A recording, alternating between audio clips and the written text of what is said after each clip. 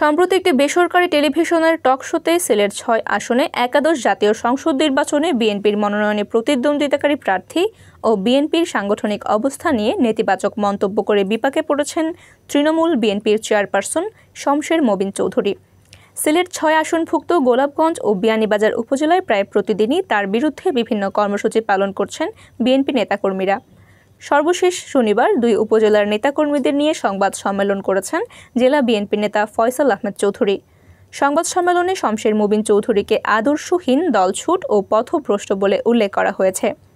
এর আগে স্থানীয় বিএনপি নেতাকর্মীরা বিক্ষোভ মিছিল সমাবেশ করে বিয়ানীবাজার ও গোলাপগঞ্জ উপজেলায় শমশের মোবিন চৌধুরীকে অবাঞ্ছিত ঘোষণা ও তার কুশপুতুল দাহ করে। বিএনপি থেকে পদত্যাগের পর গত একাদশ জাতীয় সংসদ নির্বাচনে শমশের মোবিন চৌধুরী বিকল্প ধারা থেকে সিলেট ৬ আসন থেকে প্রার্থী হয়েছিলেন। সংবাদ সম্মেলনে ফয়সাল আহমেদ চৌধুরী বলেন, গণতন্ত্র পুনরুদ্ধারের লক্ষ্যে দল নিরপেক্ষ সরকারের অধীনে নির্বাচনের জন্য বিএনপি সারা দেশে আন্দোলন করছে। ঠিক সেই সময় আন্দোলনের পিঠে ছুরিকাঘাত করতে সরকারের ক্রিয়ানক হিসেবে শমশের মোবিন চৌধুরী মাঠে নেমেছে। তৃণমূল বিএনপি নামক কথিত কিংস পার্টি গঠন করে তিনি বিএনপি নেতাকর্মী ও দেশবাসীকে বিভ্রান্ত করার অপচেষ্টা চালাচ্ছেন। সম্প্রতি একটি টেলিভিশনের টকশোতে অংশ নিয়ে শমশের মোবিন চৌধুরী গোলাপগঞ্জ ও বিয়ানীবাজার উপজেলা বিএনপির সাংগঠনিক অবস্থা নিয়ে যে মন্তব্য করেছেন তা সম্পূর্ণ ভিত্তিহীন। ফয়সাল চৌধুরী বলেন, শমশের মোবিন চৌধুরী বলেছেন, আমার সাথে তার ফোনালাপ হয়েছে। বাস্তবে তিনি বিএনপির রাজনীতি থেকে সরে দাঁড়ানোর পর তার সাথে কোনোদিন কোনো ধরনের যোগাযোগ হয়নি। এসব মিথ্যা তথ্য দিয়ে মূলত তিনি সরকারের এজেন্ডা বাস্তবায়ন ও বিএনপি নেতাকর্মীদের বিভ্রান্ত করার চেষ্টা করছেন।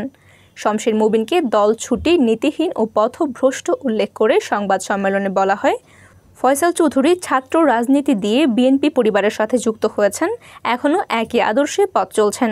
গত নির্বাচনে কারচুপি করে তার জয় ছিনিয়ে নেওয়া হয়েছে। এরপরও তিনি লক্ষাধিক ভোট পেয়েছেন, অথচ একই নির্বাচনে শমশের মোবিন চৌধুরী বিকল্প ধারা থেকে অংশ নিয়ে মাত্র ১৯১ ভোট পেয়ে জামানত হারিয়েছিলেন। মূলত ফয়সাল চৌধুরীর জনপ্রিয়তায় ঈর্ষান্বিত হয়ে তিনি অপপ্রচার চালিয়েছেন। সিলেট ৬ আসনভুক্ত বিয়ানীবাজার ও গোলাপগঞ্জ উপজেলার আগের যে কোনো সময়ের চেয়ে বিএনপি অনেক বেশি শক্তিশালী ও সুসংগঠিত উল্লেখ করে সংবাদ সম্মেলনে বলা হয়, চলমান আন্দোলনে নেতাকর্মীরা সক্রিয় রয়েছেন। আগামী যে কোনো কর্মসূচিতে জান বাজি রেখে এই দুই উপজেলার নেতাকর্মীরা ঝাঁপিয়ে পড়তে প্রস্তুত রয়েছেন। বিশ্বাসঘাতক ব্যক্তির সঙ্গে আমার যোগাযোগ থাকার কোনো প্রশ্নই ওঠে না, কারণ যে দলের সাথে বেঈমানি করতে পারে সে যে কারোর সাথে বেঈমানি করতে পারে। অথচ এই ব্যক্তি সেদিন বৈঠকে বলেছেন আমার সাথে নাকি তার ফোনালাপ হয়েছে। শুধু তাই নয়, তিনি আমার দলকে হেয় করেছেন, বলেছেন গোলাপগঞ্জ বিয়ানীবাজারে নাকি বিএনপির কোনো তৎপরতা নেই। এটা যে উদ্দেশ্য প্রণীত এবং চরম মিথ্যাচার তা আপনারাই বুঝতে পারছেন, কারণ সিলেট ৬ আসনে আমার তৎপরতা এবং আমার দলের কর্মকাণ্ড আপনাদের প্রতিনিয়ত দেখে আসছেন। আন্দোলন কিংবা নির্বাচন কেন্দ্রিক দলের যে কোনো সিদ্ধান্ত বাস্তবায়নে নেতাকর্মীরা সদা প্রস্তুত রয়েছেন।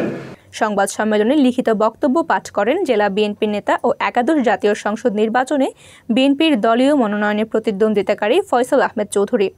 উপস্থিত ছিলেন বিএনপির কেন্দ্রীয় নির্বাহী সদস্য মিজানুর রহমান চৌধুরী, জেলা বিএনপির সিনিয়র সহসভাপতি অ্যাডভোকেট আশিক উদ্দিন মাসুক, মহানগর স্বেচ্ছাসেবক দলের আহ্বায়ক মাহবুবুল হক চৌধুরী, বিয়ানীবাজার পৌর বিএনপির সভাপতি মিজানুর রহমান রুমেল, সাধারণ সম্পাদক জসিমউদ্দিন জুয়েল, উপজেলা বিএনপির সাধারণ সম্পাদক সরোয়ার হোসেন, গোলাপগঞ্জ উপজেলা বিএনপির সভাপতি নোমান উদ্দিন মুরাদ, সাধারণ সম্পাদক মনিরুজ্জামান উজ্জ্বল প্রমুখ।